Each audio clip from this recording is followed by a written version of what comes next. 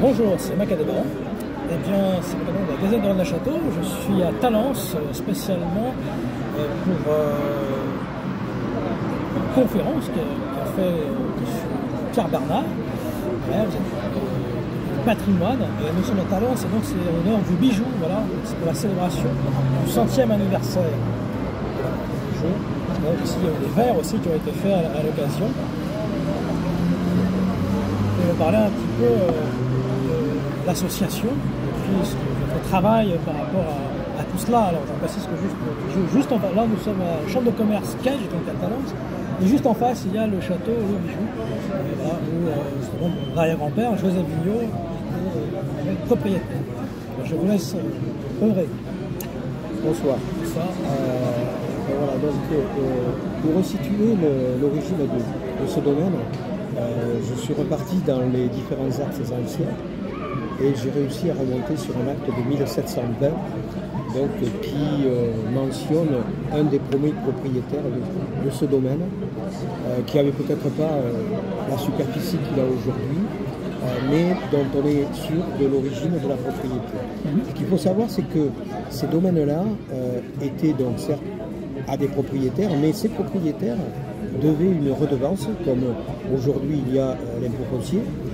À l'époque, donc, c'était une redevance qui payait, et sur ce domaine-là, c'était donc des redevances qui étaient payées au collège des jésuites de Bordeaux, puisque les jésuites donc, étaient installés au prieuré de Bardanac, qui est juste un peu plus loin.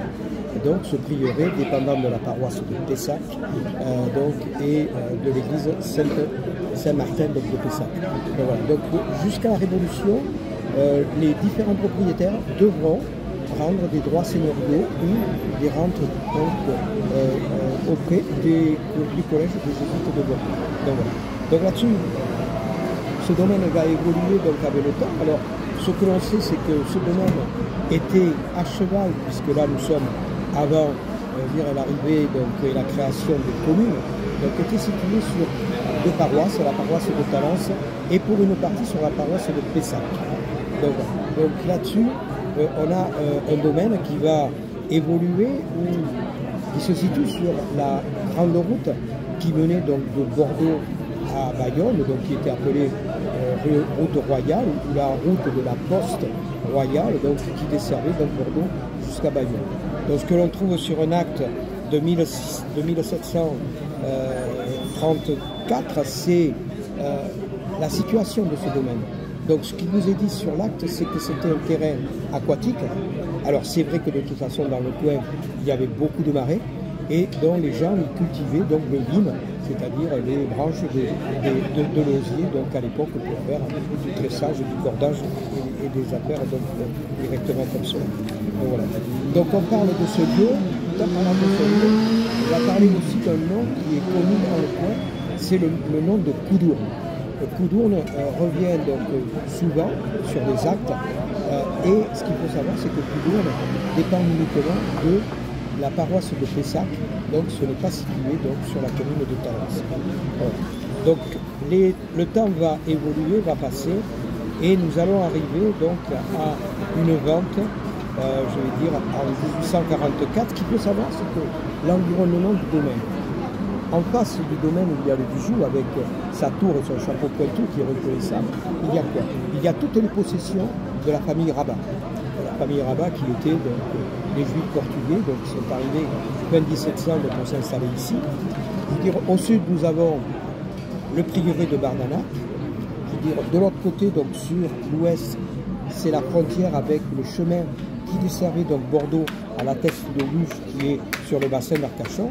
Et au nord se situent donc toutes les possessions des terres de la famille Gradis, donc qui donnera, je vais dire, après, ça deviendra le Krebs de Bordeaux.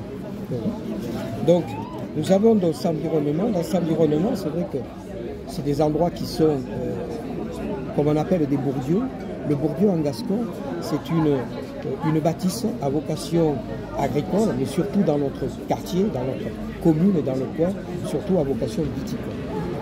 On y faisait beaucoup de vin. Voilà. Donc là-dessus, c'était du Pessac. Alors, non, à l'époque c'était Pessac léonien, l'appellation n'existe pas, c'était surtout des vins de Grave. Voilà. C'était surtout des vins de Grave. Après, on va arriver à une période, donc avant 1844, donc, où le domaine va être vendu donc, à un monsieur qui s'appelle Thiac, le Thiac qui est un architecte de Bordeaux, qui a fait beaucoup de constructions à Bordeaux, et ce notaire va le revendre à un monsieur qui est notaire à Bordeaux, qui s'appelle Germain Maurice Darieux. Il est notaire à Bordeaux, donc c'est une famille de notaires. Et en sachant pour le situer, donc, en revenant dans le début des années 1900 et 1950, Maurice Germain Darieux, c'est le grand-père de Danielle Darieux, l'actrice de cinéma. Voilà. Donc là, on est sur une maison qui est déjà une belle maison à vivre, puisqu'il y a un salon avec billard, donc il y a une table à manger avec 20 couverts, il y a des chambres à l'étage, donc voilà, donc des salles de bain. Donc là, on a déjà affaire à une maison de maître qui s'est déjà embourgeoisée et qui est devenue donc habitat. En 1842, la famille Rabat va être intéressée parce qu'ils sont juste en face et ils vont acheter le domaine de l'autre côté. Mais ils le garderont peu de temps puisque en 1956, il sera revendu. Et il sera revendu donc à un monsieur qui s'appelle Eugène-Marie de Santa Coloma. Alors ce monsieur, c'est un négociant à Bordeaux. De toute façon, entre les amateurs, les notaires et les négociants, ce sont eux qui ont, je veux dire, le pouvoir financier à Bordeaux.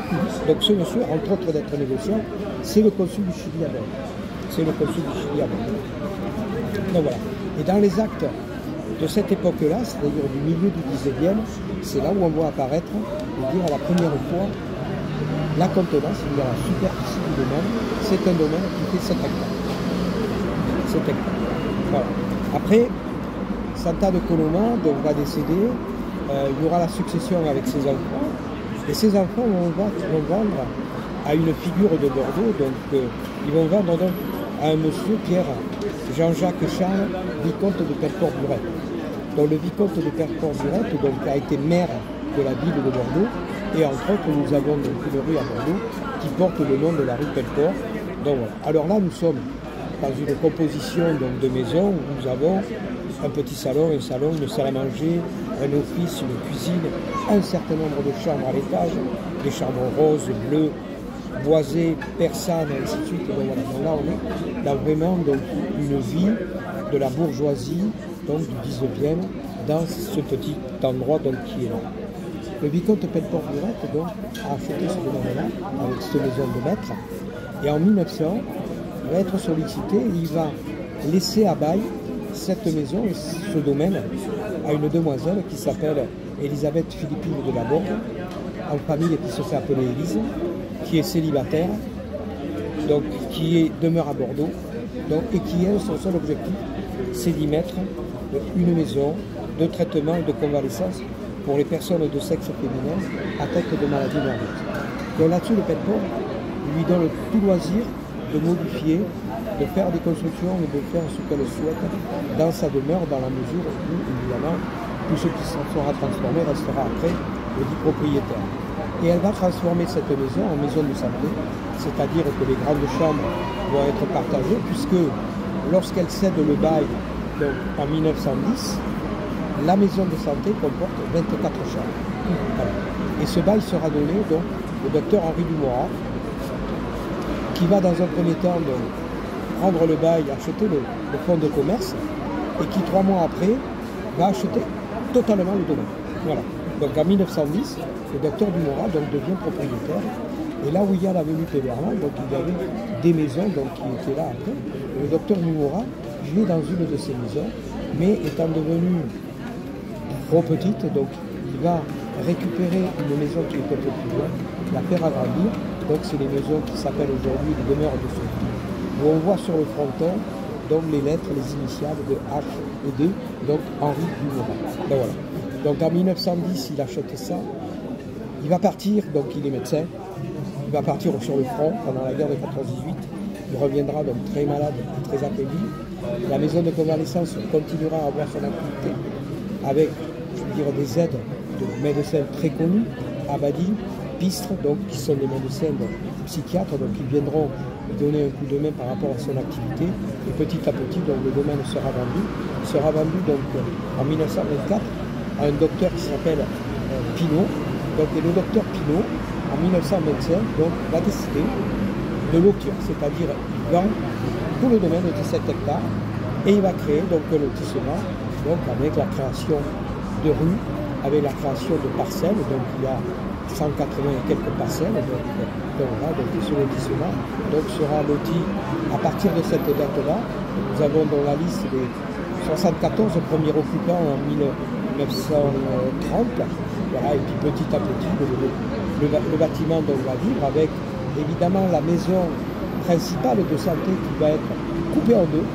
Donc on va garder une maison, un bout de maison avec la petite tour et l'autre partie donc, sera donc, voilà, alors avec différents propriétaires qui vont venir, je veux dire, habiter cet domaine comme on va parler un encore qui est venu donc, ici. Et les berceaux aussi, voilà. Petit-fils de...